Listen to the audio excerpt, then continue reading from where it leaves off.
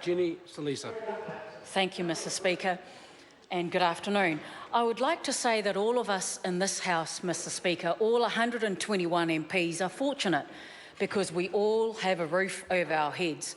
Having a roof or a house to call your own, to house your family, is a basic human right. However, it is unfortunate that not all of our families in Aotearoa, New Zealand have this basic human right.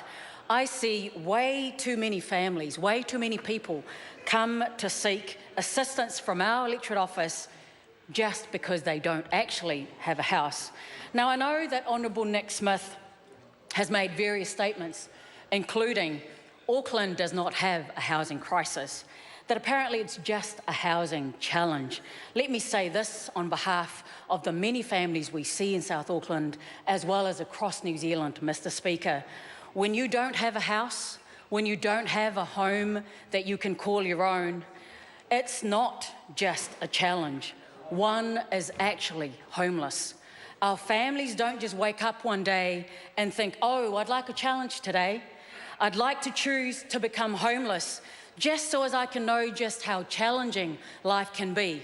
I would like to choose the challenge of living in a car, in a caravan, or in someone else's garage, Mr. Speaker. That is not a challenge. That is called homelessness.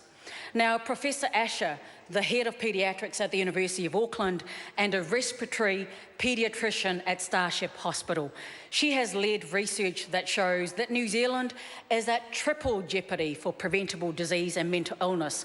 The causes being 1, unhealthy housing, 2, inadequate basic health care, and 3, poverty. Mr. Speaker, unfortunately, I can tell you, South Auckland has won this trifecta. We have all of these issues.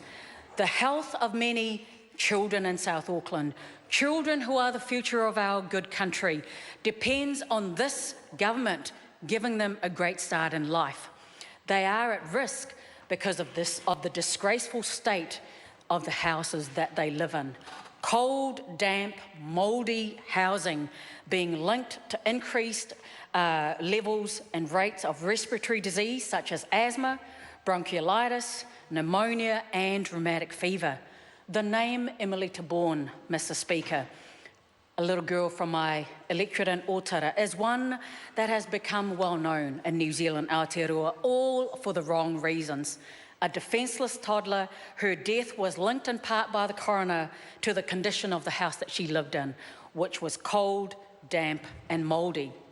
I'm pleased to say that Andrew Little's Healthy Homes Guarantee Bill is coming to this House to be discussed today. This is a bill that will have enormous impact on the health and educational achievement of our children.